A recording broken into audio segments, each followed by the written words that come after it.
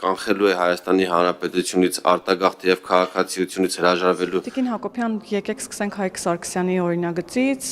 որոշակի գումարի դիմաց բանակում չծառայել կամ ծառայել շատ սահմանափակ քանակով, այս օրինագիծը հասարակության մոտ դժգոհություն է առաջացրել, նաեւ ընդդիմությունն է ակտիվ քննադատում ձեզ, որ բանակը ուզում եք վերածել աղքատի բանակի։ Նախ ցանկացած փոփոխություն է ընդդիմությունը տես դժգոհությամբ ընդունում,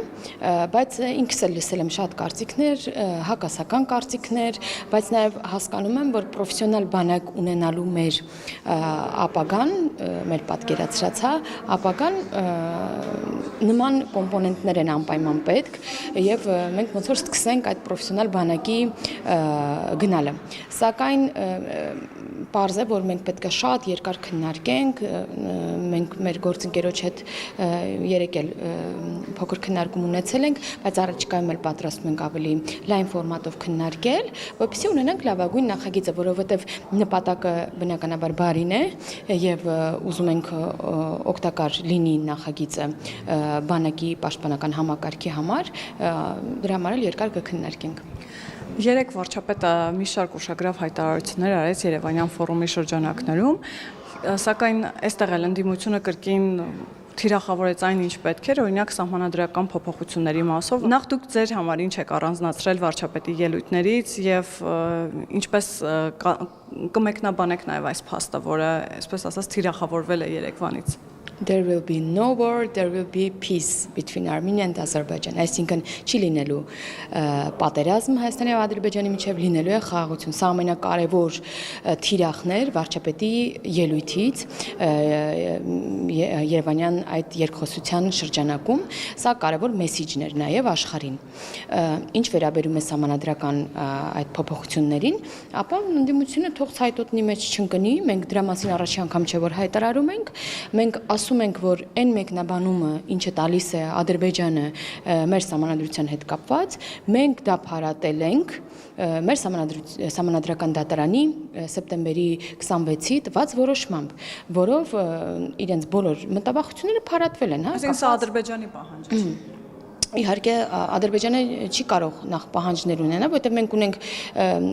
երկխոսած եւ համաձայնեցրած փաստաթուղթ մեր հարաբերությունների այդ ամբողջ ցավոտ ասպեկտները ներառող եւ այնտեղ չկա դրա մասին խոսակցություն, եթե նախապայմաններ պետք է լիներ փաստաթղթում։ Սա առանձին քննարկման թեմա է։ Ինչ վերաբերում է նախապայմաններին, տարբեր մեկնաբանություններին, ապա մենք տվել ենք պատասխանը, ինչ վերաբերում է մեր սահմանադրության նկատած խնդիրներին, հա, այսպես մտածածին Ադրբեջանի կողմից, վարչապետի խոսքը վերաբերում էր նրան, որ եթե սահմանադրականության հետ խնդիր տեսնի սահմանադրական դատարանը, երբ որ արդեն մենք խաղաղության համաձայնագիրը Ադրբեջանի հետ կբերենք, կհասցնենք, այսինքն կստորագրվի եւ կգա արդեն քննարկումների, մենք կգնանք այդ ճանապարհով, մենք կոմունիկացնենք նկատած խնդիրները հասարակության հետ, կառաջարկենք փոխել եւ վավերացնել համաձայնագիրը, թե դնել մի կողմ համաձայնագիրը, բայց կապված իմ հիշատակած սեպտեմբերի 26-ի սահմանադրական դատարանի որոշման հետ արդեն իսկ ակնհայտ է, որ նման խնդիր չի լինելու, որովհետև արդեն իսկ մի քանի ամիս առաջ սահմանադրական դատարանը տվել է մեկնաբանությունը կապված խնդրահարույց կետի հետ։ Տիկին Հակոբյան, դուք ասացիք, որ վարչապետն էլ երեք հայտարարեց, որ թեև բոլոր սադրանքներին Ադրբեջանի հետ պատերազմ չի լինելու է խաղաղություն, բայց մենք հաճախ ենք ընդդիմադիր թևից լսում, որ օրինակ սահմանամերձ տարբեր գոտիներում կրակոցներ են, թշնամին պատրաստվում է պատերազմի, այն դեպքում, որ դուք օրինակ կներեք հեծանիվ եք վարում, վերջերս էլ նման խոսույթ բերվեց, լրատվական դաշտում էլ շատ շոշափվեց, նաև հղում անելով Մարկո Ռուբիոյի այն հայտարարությունը, որ որոշակի լարվածություն են տեսնում կամ վտանգ են տեսնում եւ հորդորում են Ադրբեջանին վերադառնալ կառուցողական դաշտ, այսինքն որ խաղաղությունն է կարևոր։ Հիմա ընդդիմության այս պնդումները, որ պատերազմ է լինելու կամ վախի մթնոլորտում պարբերաբար պահելը ինչ միտում ունի այդ պարագայում։ Մենք մշտապես քննադատել ենք կրակոցները Ադրբեջանի կողմից, որոնք թիրախավորում են երբեմն Հայաստանի ենթակառուցվածքներ։ Մենք քննադատել ենք նաև եւ հերքել ենք բոլոր այն սուտ տեղեկությունները, որ տարածում է Ադրբեջանի պաշտպանության նախարարությունը, կապված իբր մենք ենք կրակում, հա, դրա հետ, եւ մենք պարզապես սրա տակ տեսնում ենք այլ բան, մենք տեսնում ենք այլ սադրանք Ադրբեջանի կողմից, որ հայկական կողմից եւս լինեն կրակոցներ եւ Ադրբեջանն ունենա փաստեր, իբր հայկական կողմն է կրակում եւ աշխարհին ցույց տա, որ տեսեք Հայաստանը բնավ այն խաղաղասեր երկիրը չէ, սրա համար է ջանում Ադրբեջանը, բայց ամեն դեպքում մեզ մտահոգում է այդ կրակոցները, ինչ վերաբերում է այդ շահարկումներին, թե վարչապետն ինչ է անում նաև, վարչապետը աշխատանքային ժամին զբաղվում է աշխատանքով, աշխատանքային ժամից առաջ եւ հետո էլ է զբաղվում աշխատանքով, բայց այն ժամերին, երբ որ օրինակ շատ այդ քննադատող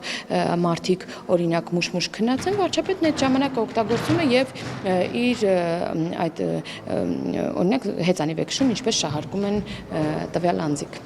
Ֆրանսիայի ագնախարարն է նաև պաշտոնականից այստեղ։ Մենք տեսանք, որ մի շարք ուշագրավ հայտարարություններով հանդես եկան նախ Գորիսում հիպատոսություն բացելու իմաստով, նաև հարաբերությունները ռազմավարական նոր մակարդակի բերելու իմաստով։ Ընդհանուր առմամբ խաղաղության խաչմերուկից խոսեց տարածաշրջանում խաղաղությունից եւ ասացին, որ իրենք պաշտպանելու են այդ խաղաղությունը։ Ինչ ազդակներ եք ստացել դուք այս հայտարարություններից եւ ինչ նաև ազդակներով էր եկել Ֆրանսիայի ագնախարարը։ Կարծում եմ ազդակները նույնն են, ինչ ստանում ենք նաև մեր մյուս գործընկերներից եւ ազդակները նույն կերպ ենք ընդունում եւ ընկալում, ինչպես մեզ լսող այդ ազդակները լսող քաղաքացիները, բնականաբար մենք շնորհակալ ենք այս խաղաղության շուրջ համախմբման տարբեր դեպքերին եւ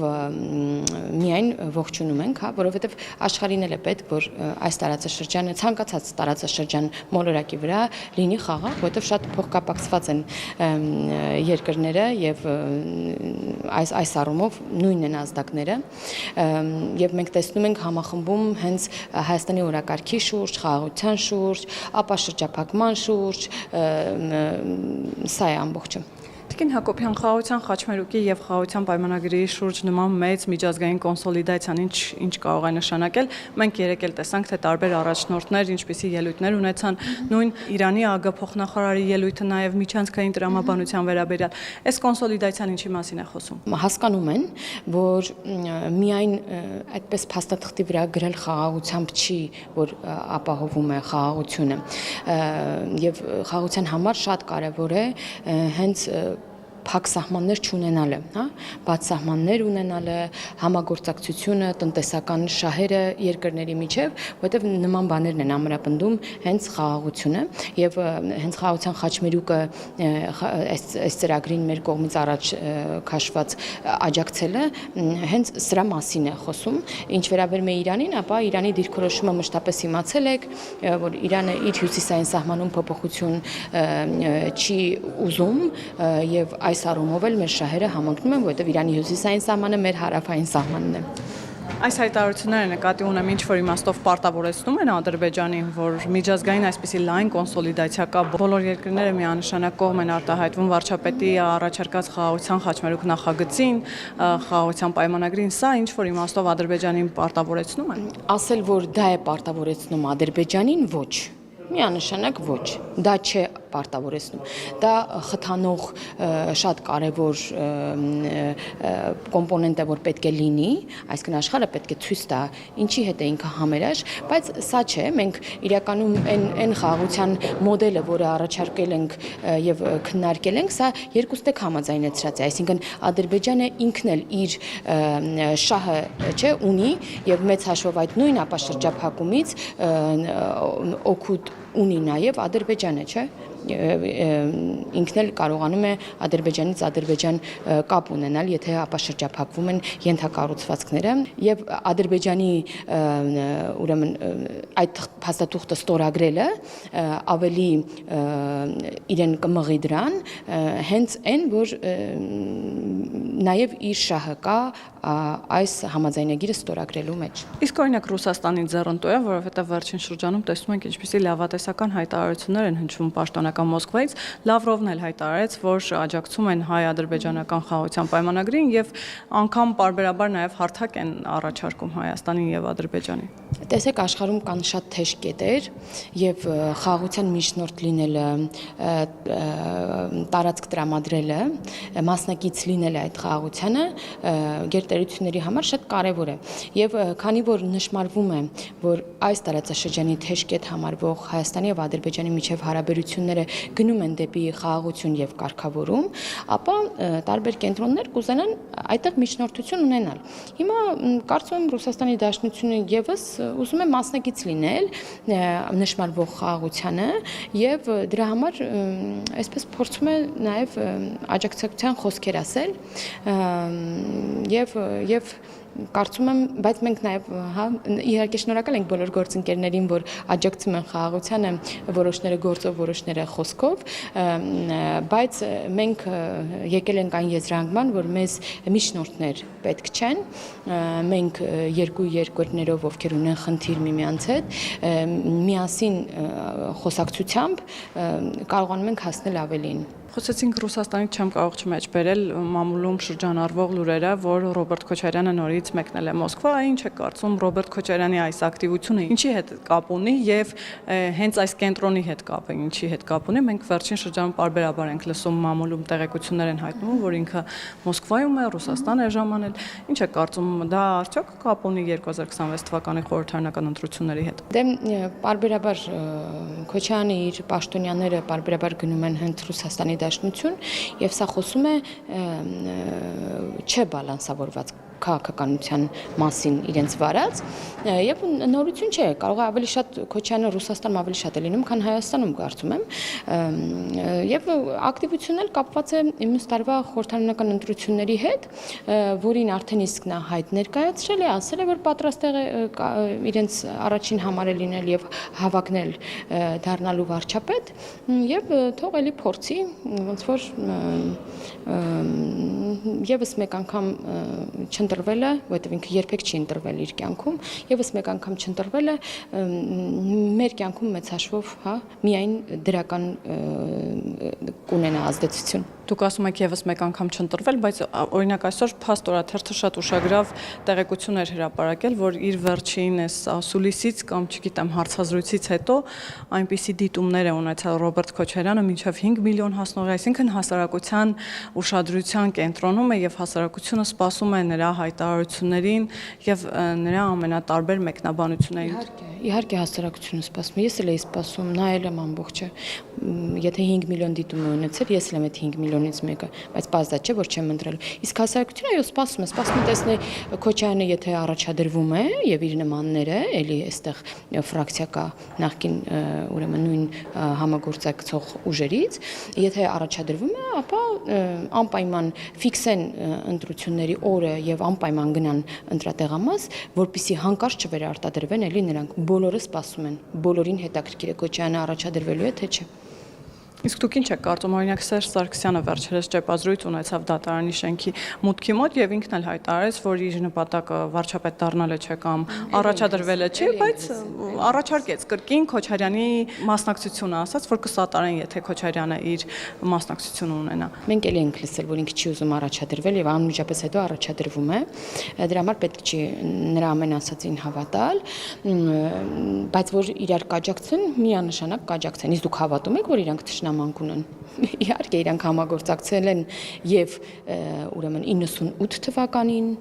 հետո 99 թվականին նրանց համագործակցության արդյունքում Հայաստանի քաղաքական դաշտը դարձավ միատար հոկտեմբերի 27-ից հետո, նրանց համագործակցությունը շատ ամուր է այս առումով եւ վաղեմության բավականին երկար ժամկետ ունի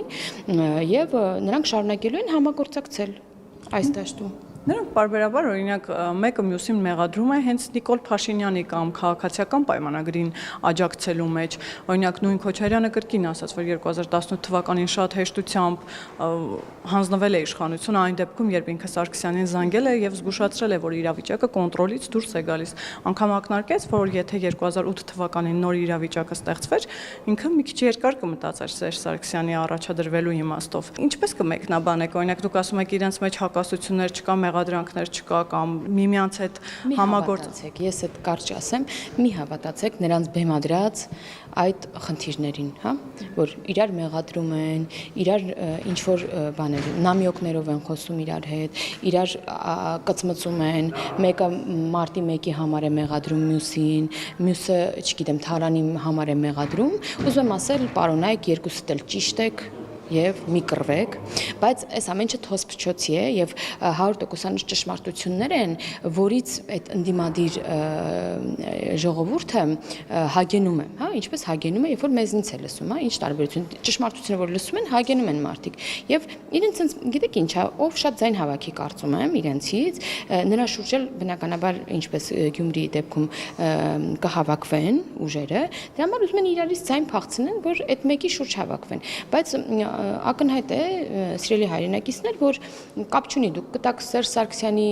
խմբակին ձայն, Ռոբերտ Քոչարյանի խմբակին ձայն, կապ չունի։ Այդ մարդիկ միևնույն է, մեկտեղելու են ձայները։ Մեզ մեղադրում են ասում, բայց մենք Վարդան Ղուկասյանին ձայն չենք տվել։ Այո, բայց նրանք կոալիցիա կազմեցին եւ այն